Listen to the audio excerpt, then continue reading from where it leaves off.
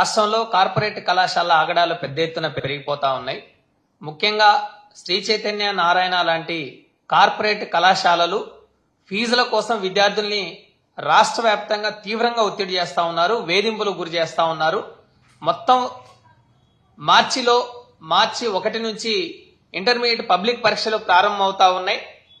ఈ నేపథ్యంలో సుమారు 5 లక్షల మంది విద్యార్థులు పరీక్షలకు హాజరవుతా ఉన్నారు.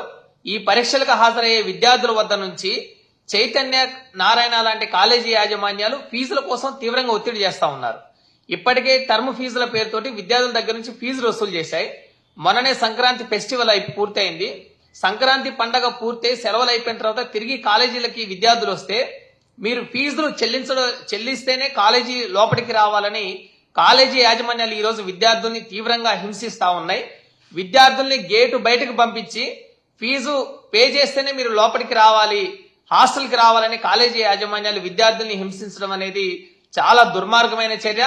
ఈరోజు చైతన్య నారాయణ లాంటి వాళ్ళు, ముఖ్యంగా కూటమి ప్రభుత్వం అధికారం చేపట్టిన ఈ 7 నెలల కాలంలో నారాయణ గారు మంత్రి అయిన తర్వాత కార్పొరేట్ కాలేజీల ఆగడాలు పెద్ద ఎత్తున పెరిగిపోయాయి. ఈ రాష్ట్రంలో అడ్డగోలుగా ఫీజులు వసూలు చేస్తా ఉన్నాయి. సుమారు ఈ ప్రభుత్వం అధికారం చేపట్టిన 7 నెలల్లోనే కార్పొరేట్ కాలేజీలు నీట్ కోచింగ్ పేరుతో, ఐఐటి కోచింగ్ పేరుతో సుమారు 40% అడ్డగోలుగా ఫీజులను పెంచాయి. ఒకవైపు ఫీజులను పెంచడంతో పాటు ఫీజులు ఇన్ టైంలో మీరు చెల్లించకపోతే కాలేజీకి రావద్దు, బయటికి వెళ్ళిపోండి అని కాలేజీల నుంచి విద్యార్థుల్ని బయటికి పంపిస్తున్న సంఘటనలు రాష్ట్ర వ్యాప్తంగా జరుగుతా ఉన్నాయి. ముఖ్యంగా విజయవాడలో గోశాల శ్రీ చైతన్య కాలేజీలో సెకండ్ ఇయర్ విద్యార్థి గౌతమ్ అనే విద్యార్థి ఫీజు చెల్లించలేదని కాలేజీ యాజమాన్యం విద్యార్థిని కాలేజీ లోపలికి అనుమతించకుండా గేటు బయటకు పంపించారు.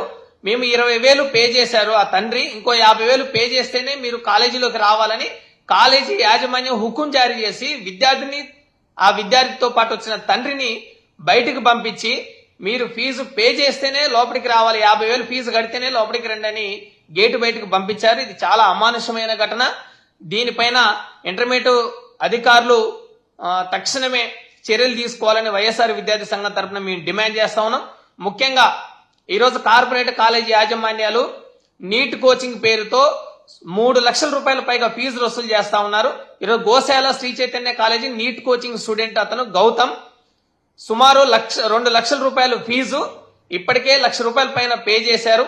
20,000 రూపాయలు మేము పే చేస్తాము, మిగిలిన 50,000 కొంత టైం ఇవ్వండి అని టైం బాండ్ పేరెంట్ అడిగితే టైం బాండ్ ఇవ్వకుండా కాలేజీ యాజమాన్య విద్యార్థిని బయటకు పంపించడం అనేది చాలా అమానవీయమైన ఘటన. ఇది విద్యార్థికి చదువు నిరాకరించే హక్కు కాలేజీ యాజమాన్యానికి లేదు. మీరు ఒక్కసారి కాలేజీలో చేరిన తర్వాత టర్మ్ ఫీజుల పేరుతో ఫీజులు కొంత పే చేసిన తర్వాత మీరు చదువు చెప్పాల్సిన బాధ్యత కాలేజీ యాజమాన్యాలకు ఉంది.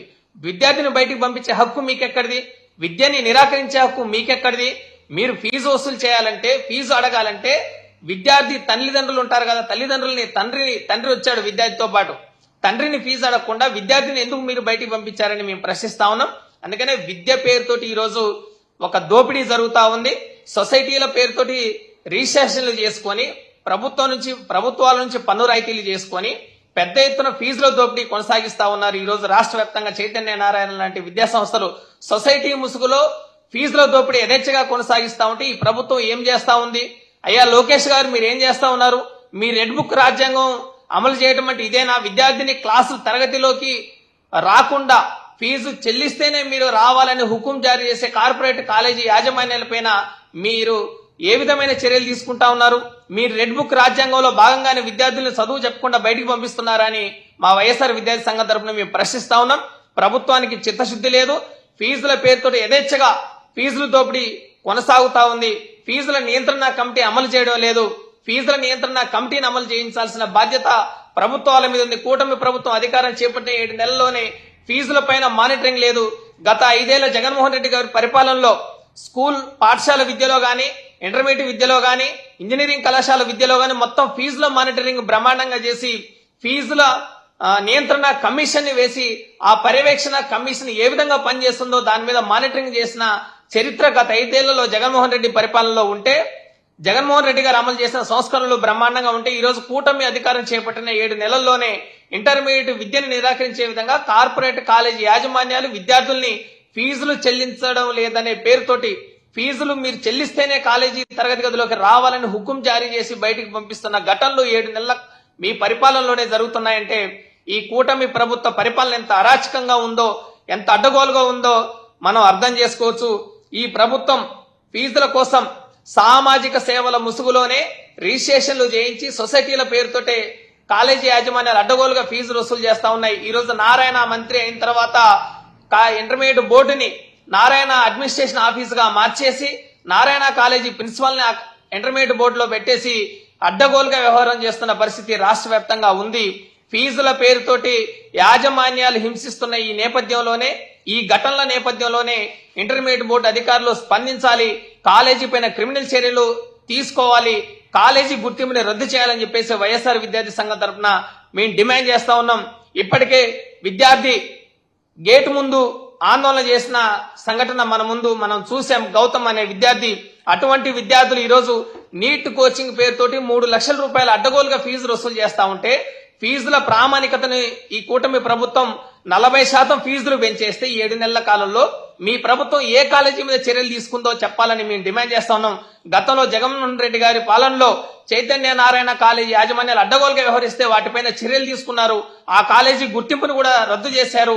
ఆ కాలేజీని బ్లాక్ లిస్ట్ లో పెట్టిన ఘటనలు మన కళ్ళ ముందున్నాయి. కానీ ఈ ప్రభుత్వం 7 నెలల పాలనలోనే కార్పొరేట్ జూనియర్ కళాశాలలు డే స్కాలర్స్ పేరుతో, రెసిడెన్షియల్ పేరుతోటి ఫీజులని మొత్తం విభజించి డే స్కాలర్ కి 1,50,000 రెసిడెన్షియల్ కాలేజీలు ఉంటే వాటికి 3.5-4 లక్షల రూపాయలు ఫీజు వసూలు చేసి ఐఐటి పేరుతో, జేఈ పేరుతో, అదేవిధంగా నీట్ కోచింగ్ పేరుతోటి లక్షలాది రూపాయలు అడ్డగోలుగా తల్లిదండ్రుల నుంచి వసూలు చేస్తా ఉంటే ఇంటర్మీడియట్ బోర్డు గాని ఈ ప్రభుత్వం గాని ఎందుకు స్పందించడం లేదు, ఎందుకు చర్యలు తీసుకోవడం లేదని మేము ప్రశ్నిస్తా ఉన్నాం. ఫీజుల పేరుతోటి విద్యార్థులను బయటికి పంపించే నైతిక హక్కు కాలేజీలకు లేదు. ఫీజు చెల్లించేది తల్లిదండ్రులు.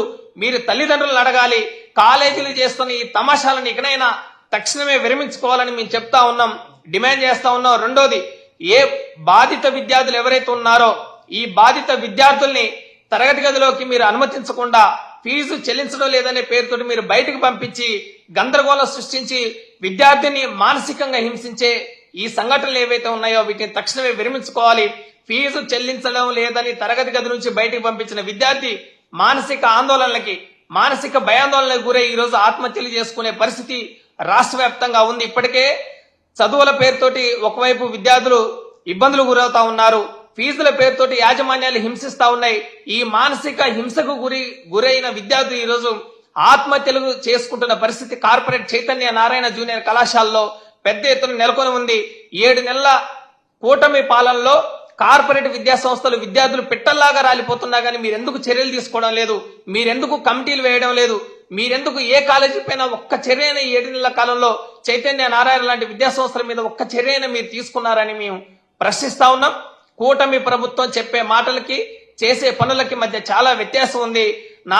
లోకేష్ గారు, నారాయణ లాంటి మంత్రి గారు ఆయన కాలేజీలో జరుగుతున్న దారుణాలు గాని, శ్రీ చైతన్య కళాశాలలో జరుగుతున్న అడ్డగోలు వ్యవహారాలన్నిటిపైన ఏమాత్రం చర్యలు తీసుకునే పరిస్థితులు ఈ ప్రభుత్వం లేదు.